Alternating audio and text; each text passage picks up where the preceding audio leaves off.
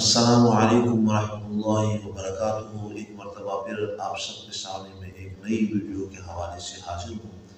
آج کی جو میری ویڈیو ہے وہ ہے سب سے پہلے جو ہے کان کس کے چیرے گئے اور ختنہ کس کا کیا گیا۔ اس حوالے سے آپ کو دو باتیں بیان کرنی ہیں۔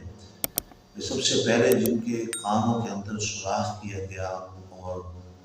یہ عمل جاری ہوا اور اسی طرح ختنہ کیا گیا، وہ حضرت ابراہیم علیہ السلام کی جو ہے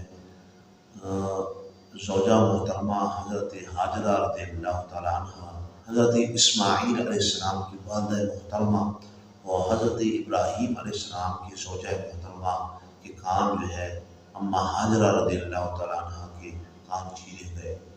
کیونکہ حضرت سارہ رضی اللہ تعالیٰ عنہ جو حضرت ابراہیم علیہ السلام کی پہلی بیوی تھی، انہوں نے قسم کھائی تو اس قسم کو پورا کرنے کے لیے کہ انہوں نے کہا کہ میں 3 جگہ یعنی ان کے 3 جگہ جو ہے کاٹوں گی، تو حضرت ابراہیم علیہ السلام نے کہا کہ آپ ان کے دونوں کان چیریں، یعنی اس کے اندر سوراخ کر دیں اور ان کا ختنہ کر دیں تو آپ کی قسم جو ہے وہ پوری ہو جائے گی۔ تو سب سے پہلے دنیا جہاں میں جو یہ رواج چلا